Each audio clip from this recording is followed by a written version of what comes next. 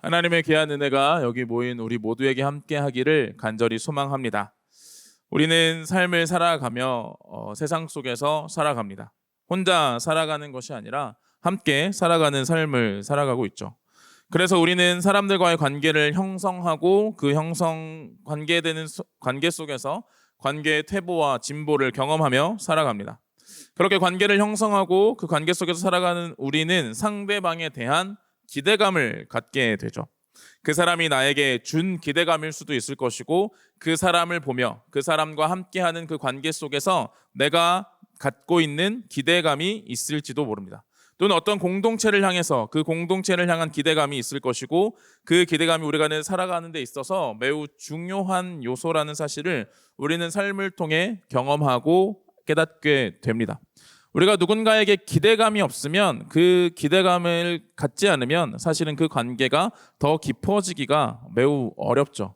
그래서 관계 속에서 살아가면 항상 누군가를 향한 기대감을 갖게 되는 거죠. 저희 아이들은 이제 저의 아빠로서에 대한 기대감을 갖고 있겠죠. 네. 그래서 제가 때로는 이제 집에 정장을 입고 출근을 했다가 저녁에 다른 사역이 있어서 옷을 갈아입으러 들어가면 항상 아이들의 기대는 있어요. 아빠 오늘 퇴근한 거야? 라고 물어봐요. 아니, 옷 갈아입고 다시 나갈 거야. 그러면 굉장히 큰 실망을 합니다.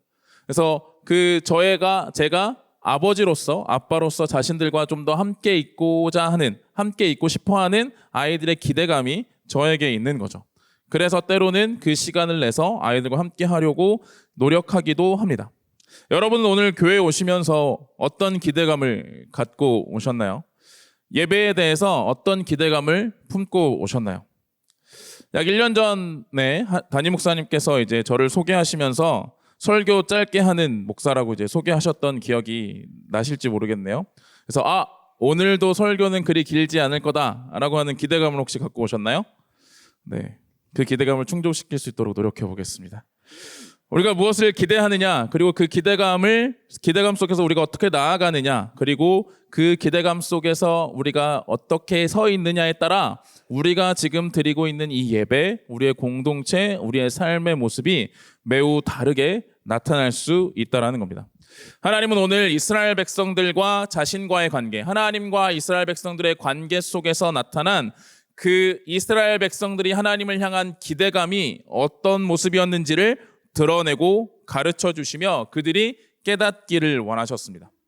오늘 말씀을 보면 하나님의 일하심에 대해서 하나님은 이사야 선지자를 통해 가르쳐 주셨습니다. 우리가 앞서 42장, 오늘 같이 읽었던 본문에 앞서 있는 42장 전반부를 보면 하나님께서 새 일을 행하시는 하나님이라 말씀하셨습니다. 그래서 42장 9절 말씀 보면 이렇게 나와 있죠. 보라, 전에 예언한 일이 이미 이루어졌느니라. 이제 내가 새 일을 알리노라. 그 일이 시작되기 전에라도 너희에게 이르노라. 아멘. 새 일을 알리셨던 하나님, 그 새 일이 무엇인가, 우리가 같이 그때 이야기했을 때 하나님께서 이루어가시는 구원의 역사라고 함께 이야기를 했었습니다.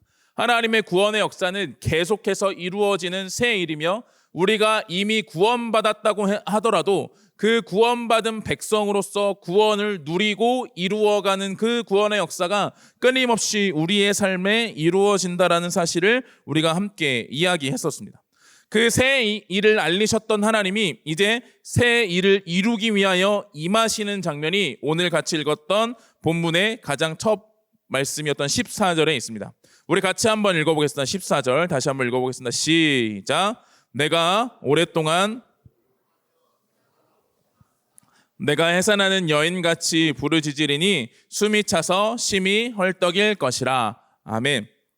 잠깐 말씀을 띄워놔 주시면 하나님이 임하시는 장면을 말씀하십니다. 오랫동안 조용히 잠잠하고 참았다라고 말씀하시는데, 이건 우리가 생각하는 어떤 시간적인 개념 안에서 하나님이 오래 참으셨다라고 하는 것을 이야기하는 게 아니라, 하나님이 그들과 함께 하심 속에서 그들 가운데 일하고 계셨는데, 이제 그 일하심을 이제 그들의 눈에, 그들의 귀에 직접 들리도록, 눈에 보이도록, 귀에 들리도록 더욱 선명하고 분명하게 보이도록 드러내실 것임을 나타내는 순간에 대해서 이야기하고 있는 겁니다.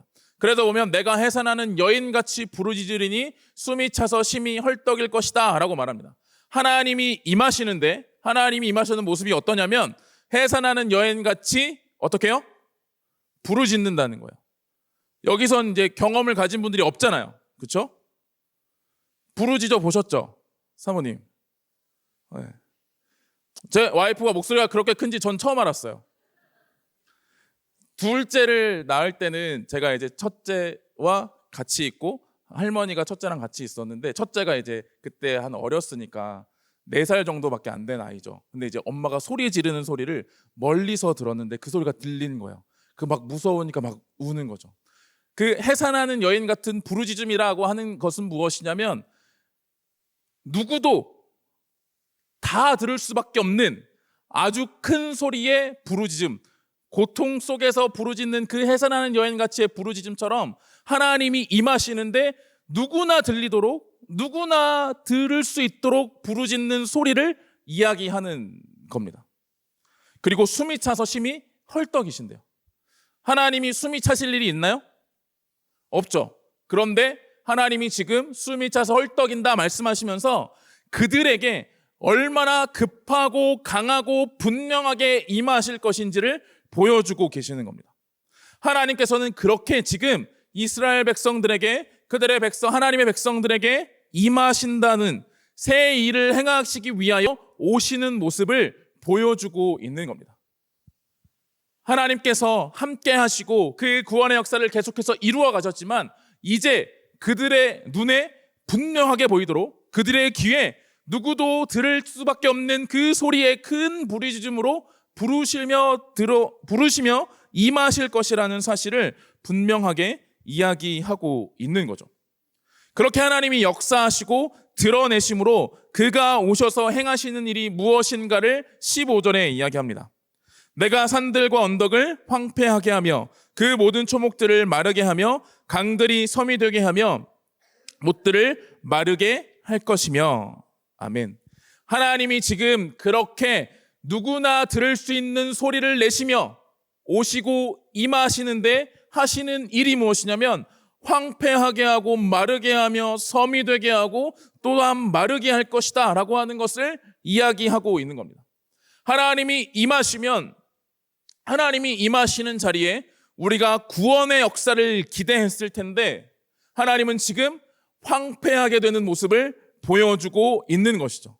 하나님이 급하고 강하게 자신을 드러내시며 나타내심으로 역사하시는 가운데 그 권능을 드러내심 속에서 하시는 일은 그가 이 땅에 오심으로 죄악과 어둠 가운데 있는 그 모든 것을 황폐하게 하시는 하나님의 심판을 보여주고 있는 겁니다.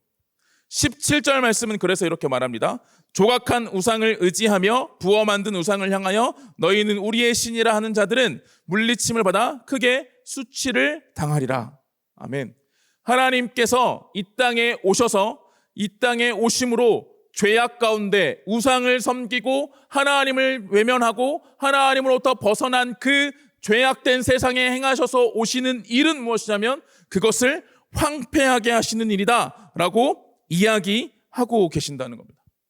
우리는 하나님의 임재, 하나님의 임하심, 하나님의 일하심을 생각할 때 구원의 역사, 살리는 역사만을 생각합니다. 그런데 하나님의 임재 가운데 일어나는 구원의 역사는 심판 가운데 나타나는 구원이라는 사실을 성경은 분명하게 가르쳐주고 있다라는 것이죠. 하나님께서 모세를 만나시는 장면을 우리가 함께 본 적이 있습니다. 출애굽기 33장 20절 말씀 보면 이렇게 말합니다. 또 이르시되 내가 내 얼굴을 보지 못하리니 나를 보고 살 자가 없음이니라 라고 하나님이 모세한테 말씀하세요. 그래서 모세에게 임하시는 하나님은 모세를 죽일까 염려하여 그를 손으로 덮으시고 그가 아주 미세하게 하나님의 등을 볼 정도로만 모세 앞에 임하시는 하나님이었습니다. 왜 그런가요? 왜 그렇죠? 하나님은 거룩하신 분이고 그 의를 드러내시며 나타내실 때 죄악된 모든 것은 하나님 앞에 멸망할 수밖에, 멸절될 수밖에, 황폐하게 될 수밖에 없기 때문이라는 겁니다. 하나님은 그렇게 임하시고 일하시는 분이라는 거죠. 하나님의 일하심 앞에서 그 모든 것이 황폐하게 되는 것, 하나님이 행하시는 역사에 나타나고 있다라는 사실을 우리는 분명히 보아야 하는 겁니다. 그 심판 속에, 하나님의 임재의 심판 속에 하나님은 하나님이 버리시지 않은 자들을 구원하신다는 사실을 말씀하고 있습니다. 우리 16절 말씀을 같이 한번 읽어보겠습니다. 16절 시작. 내가 맹인들을 그들이 알지 못하는 지름길로 인도하며 암흑이 그 앞에서 광명이 되게 하며 구분대를 곧게 할 것이라. 내가 이 일을 행하여 그들을 버리지 아니하리니. 아멘. 하나님은 말씀하십니다. 하나님이 강하고 급하게 누구나 들을 수 있을 정도로 임하는 그 하나님의 임재는, 하나님의 임재 속에 결국 죄가 가운데 모든 것들이 심판받으며 멸망할 수밖에 없다는 사실을 드러내십니다. 그런데 그 심판 속에 하나님께서 구하시는, 하나님께서 버리지 않고 인도하시는 자들이 있음을 말씀하고 계시는 것이죠. 하나님이 황폐하게 하시는 역사들 가운데 하나님이 이끄시며 인도하시는 자들이 있습니다. 알지 못하는 길로 이끌며 알지 못하는 지름길로 인도하며 암흑이 광명이 되고 굽은 곳을 곧게 하여 하나님께서 그들을 인도하신다라고 말씀하고 계신다는 거죠. 하나님의 백성들을 향한 하나님의 구원의 역사는 바로 이렇게 일어난다는 사실을 우리에게 가르쳐 주고 있는 겁니다. 하나님의 임재와 일하심은 구원의 역사입니다. 그 구원의 역사는 다 같이 평온한 상태에서 일부를 구원해 주시는 정도의 모습을 말하는 것이 아닙니다. 하나님이 임하시면 창조주 하나님, 거룩하신 하나님, 위대하신 하나님이 죄악 가운데 있는 세상에 임하시면 심판밖에 없지만 그 심판 속에서 구원하는 자들이 바로 구원받는 백성, 구원받은 자들, 구원의 역사를 이루어 가시는 하나님의 새 일이라는 사실을 이야기한다는 것이죠. 하나님은 심판 속에서 구원의 역사를 이루어 가시는 분입니다. 아무것도 없는, 그저 평온한, 아무것도 없는 무의 상태에서 일부를 사랑하셔서 일부만 편애하셔서 그들을 구원해 내시는, 그들을 하나님의 백성 삼으셔서 인도하신다는 것이 아니라 하나님이 임하시면 모든 것이 심판받고 멸망하게 될 텐데 하나님께서 그 가운데 긍휼함으로 구원을 이루신 자들이 있다라는 사실을 이야기하고 있다는 것이죠. 그가 택한 백성, 그가 부르신 자들을 구원하시는 하나님의 은혜, 구원의 은혜가 무엇인지를 이사야 선지자는 이스라엘 백성들에게 가르쳐 주고 있는 겁니다. 이스라엘 백성들이 더 뛰어나고 잘나서 그들이 동아 하나님 앞에 대단한 일을 이루어내서 하나님이 그들을 구원해 내셨던 것이 아니라 하나님께서는 심판받고 멸망받을 이 세상에 하나님을 사랑하게 할 자들을 부르시고 그 가운데 그들을 하나님의 구원으로 이루셨다라는 사실을 이야기하고 있는 겁니다. 하나님의 일은, 하나님의 새 일은 거기에 있다는 것이죠. 우리를 죄악과 심판 가운데 구원하시는 하나님의 역사가 하나님의 새 일이라는 것입니다. 그것을 로마서 말씀은 이렇게 말합니다. 로마서 5장 6절에서 10절 말씀을 우리 함께 교독해서 읽어보도록 하겠습니다. 제가 먼저 읽겠습니다. 우리가 아직 연약할 때에 기약대로 그리스도께서 경건하지 않은 자를 위하여 죽으셨도다.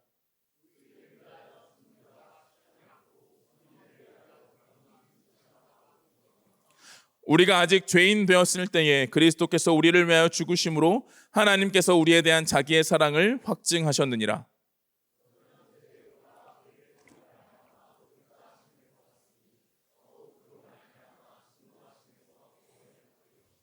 같이 읽겠습니다. 곧 우리가 원수 되었을 때에 그의 아들의 죽으심으로 말미암아 하나님과 화목하게 되었은즉 화목하게 된 자로서는 더욱 그의 살아나심으로 말미암아 구원을 받을 것이니라. 아멘. 우리를 향한 구원은 하나님의 심판 속에서, 하나님의 심판 속에서, 진노하심 속에서 받은 구원이라는 사실을 성경은 분명하게 이야기하고 있는 것이죠. 우리가 하나님을 향해 기대하는 것, 우리가 하나님을 향해 말하는 그 모든 것들이 하나님이 말하시는 이 말 앞에 어떠한지를 우리는 생각해 보아야 합니다. 하나님의 구원의 역사를 보여주는 이 가운데 우리가 더 놀랍게 보아야 할 분은 구원하시는 그들, 이스라엘의 모습입니다. 16절 말씀에 이렇게 나와 있습니다. 내가 맹인들을 그들이 알지 못하는 길로 이끌며 그들이 알지 못하는 지름길로 인도하며 암흑이 그 앞에서 광명이 되게 하며 구분대를 곧게 할 것이라. 내가 이 일을 행하여 그들을 버리지 아니하리니. 아멘. 이렇게 심판 중에 구원하시는 그들, 심판 중에 구원하시는 그 이스라엘 백성들의 모습을 하나님께서는 맹인들이다 라고 표현하고 있습니다. 이 맹인들이라 라고 하는 표현은 그들이 실제적으로 눈을 못 본다는 것이 아니라 그들이 지금 아무런 그 가운데 길을 찾아갈 만한 아무런 능력이 없는 존재라는 사실을 하나님께서 드러내시기 위한 표현으로서 그들을 이야기하고 있는 겁니다. 그러면서 19절에는 그 맹인에 대하여 이렇게 말합니다. 19절 말씀 같이 읽겠습니다. 시작. 맹인이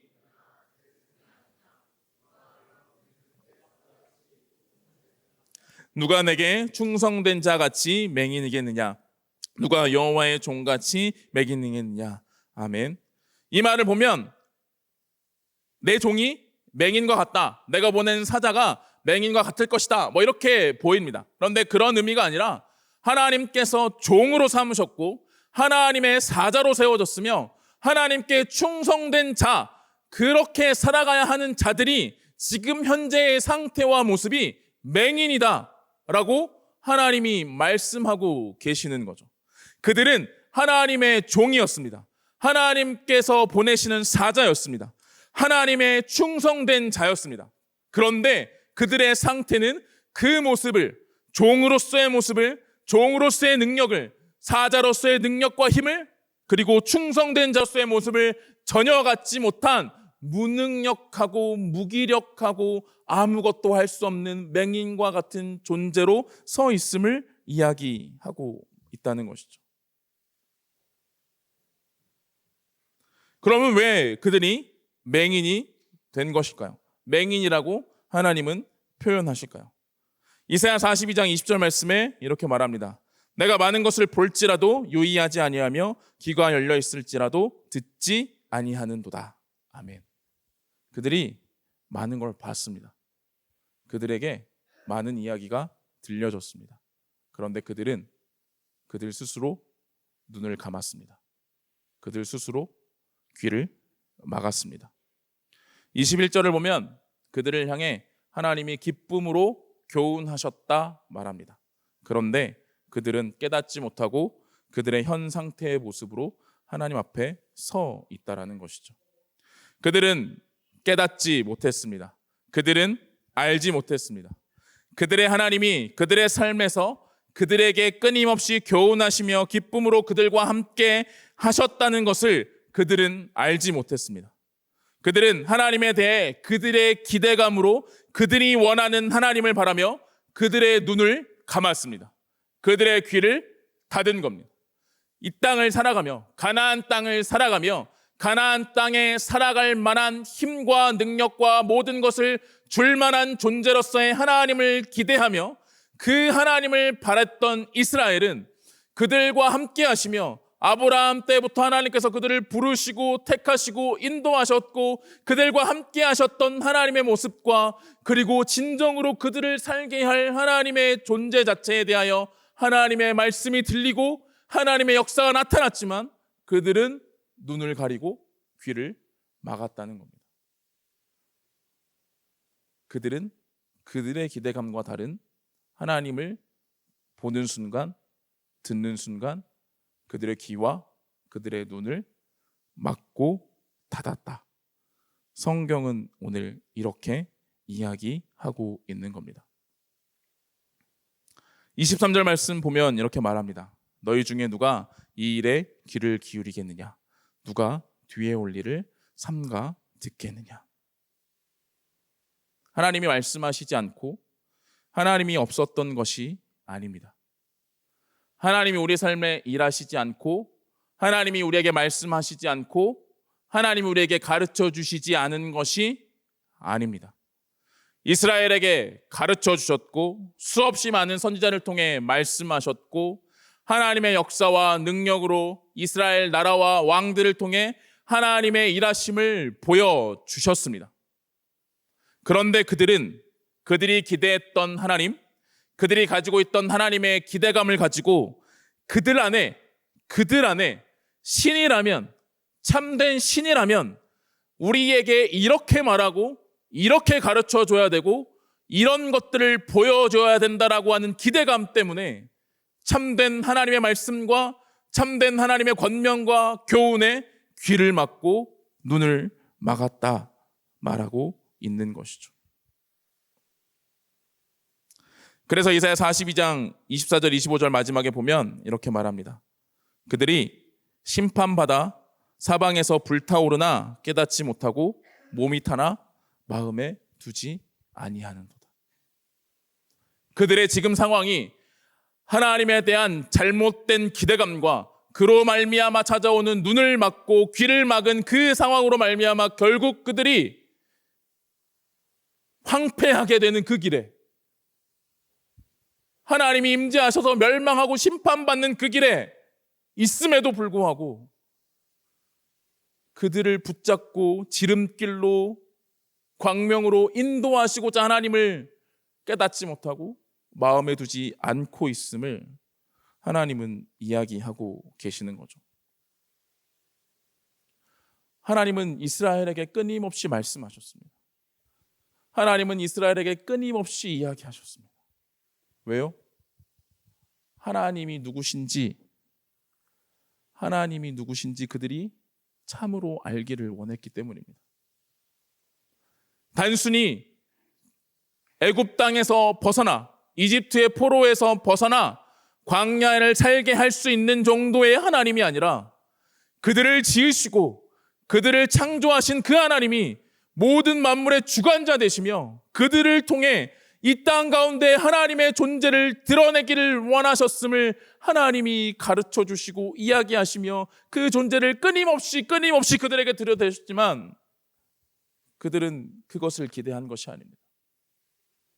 지금 당장 가나안에서 살 방법, 지금 당장 가나안에서 풍요로울 수 있는 방법, 내가 살아가는 이 자리에서 내가 잘 누리고 잘 살 수 있는 방법에 가르쳐주는 그 신을 기대하며 하나님 앞에 서 있는 이스라엘 백성들, 자신들의 기대감과 다르자 그들은 바알을 섬기기 시작했고, 그로 말미암아 그들의 우상 숭배로 인해 그들은 결국 바벨론의 포로가 되었다는 것입니다.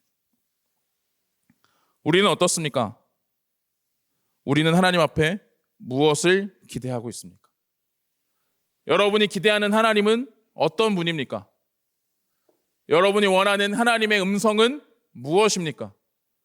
여러분이 생각하는 하나님의 길, 하나님의 뜻, 하나님의 말씀, 하나님의 인도하심, 하나님의 존재는 어떤 분입니까? 그 기대감을 충족하고 계십니까?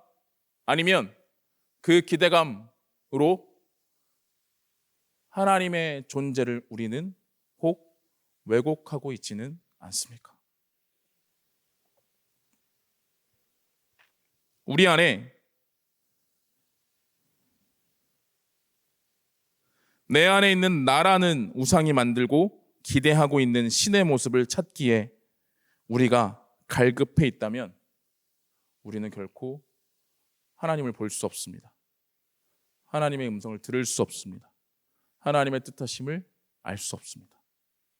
우리의 귀를 막고 우리의 눈을 막고 우리의 마음을 닫고 있기 때문입니다. 그런데 하나님은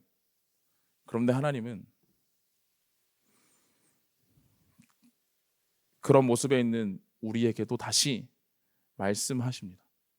다시 보여주고자 하십니다. 다시 알기를 원하십니다. 다시 깨닫기를 원하십니다.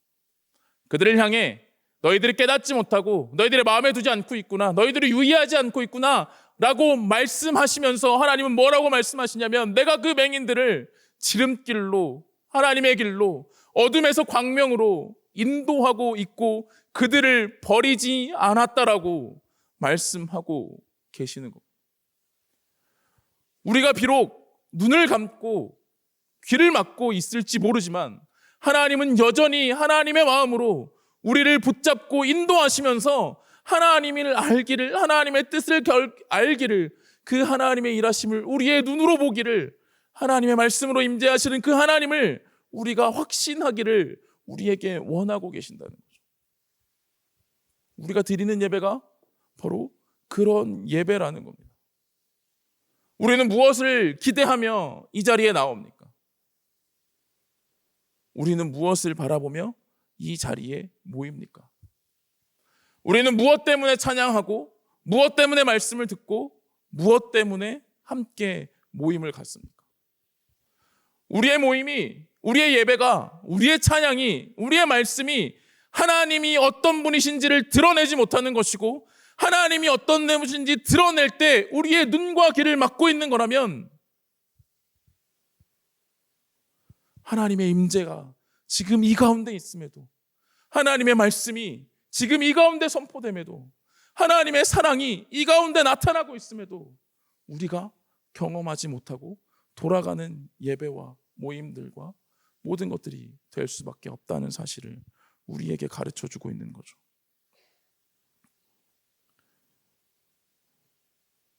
여러분은 어떤 하나님을 원하십니까? 말씀에 참된 존재로서 진실되게 원하시는 그 하나님을 바라십니까? 아니면 내가 원하는 그 하나님을 기대하고 있습니까? 우리의 인간관계도 마찬가지죠. 사람들과의 관계 속에서 우리가 살아갈 때 우리는 그 기대감을 갖고 그 사람을 바라봅니다. 그래서 내가 기대하는 만큼의 모습을 보이지 않으면 그 사람은 탈락. 내가 기대하는 만큼 그 사람이 나를 따라오지 않으면 내 생각에서 그 사람은 탈락. 우리가 하나님 앞에서도 이런 모습을 보이고 있을지 모르죠. 우리가 정말 그 사람에 대해서 알고 싶고 그 사람의 존재 자체에 대해서 이해하고 갈급하게 알아가길 원한다면 그 관계는 진실된 관계로 연결되어질 수 있겠죠. 그게 참 쉽지 않습니다. 서로를 인정하고 서로의 진실된 모습을 바라보며 나아가는 거. 이제 결혼한 지 10년 차가 됐지만 항상 제 마음에 그런 마음이 있어요. 나를 좀 맞춰줬으면 좋겠다. 내가 생각하기에 기대하는 모습으로 섰으면 좋겠다. 내가 실망하고 내가 누군가에게, 내 아내에게, 내 가족들에게 내가 실망할 때 보면 그 사람들의 잘못이 아니에요. 아내의 잘못이 아니고 아이들의 잘못이 아니에요. 그저 내 기대로 그 사람들을 평가하고 있기 때문에 내가 실망하고 내 그 관계 속에서 내가 좌절하고 내가 그 관계를 누리지 못하고 나아가게 되는 거죠. 하나님 앞에서도 우리가 그러고 있을지 모른다는 겁니다. 하나님은 자신을 드러내시며 나는 이런 존재고 나는 창조주이고 너희를 사랑하고 너희들의 어떠함 가운데도 여전히 그 붙잡고 인도하는 하나님이다. 그것을 알기를 원한다라고 우리에게 끊임없이 말씀하시는데 우리가 그것을 알지 못하면 우리의 이 시간이 우리 자체에게는 허무하고 공허하고 그저 목소리 큰 목사가 앞에서 시끄럽게 떠드는 이야기에 불과할 수 있다는 겁니다. 우리 청년부 공동체가 그런 공동체, 그런 예배가 되지 않기를 간절히 소망합니다. 우리 이 자리에 하나님을 알기 위해서 모였으면 좋겠습니다. 내가 기대하는 하나님, 내가 바라는 하나님 아니라 말씀에서 가르쳐 주시는 하나님이 누구신지를 알고 그 하나님 때문에 내가 어떤 존재인지를 알고 그 하나님 때문에 주님이 살아가게 하시는 그 세계가 무엇인지를 알고 살아갈 수 있는 자들, 그런 사람들의 공동체, 그런 갈급함을 가지고 모이는 공동체, 그 공동체가 우리의 공동체가 되기를 소망합니다. 오늘 말씀을 맺고 함께 찬양하려 합니다.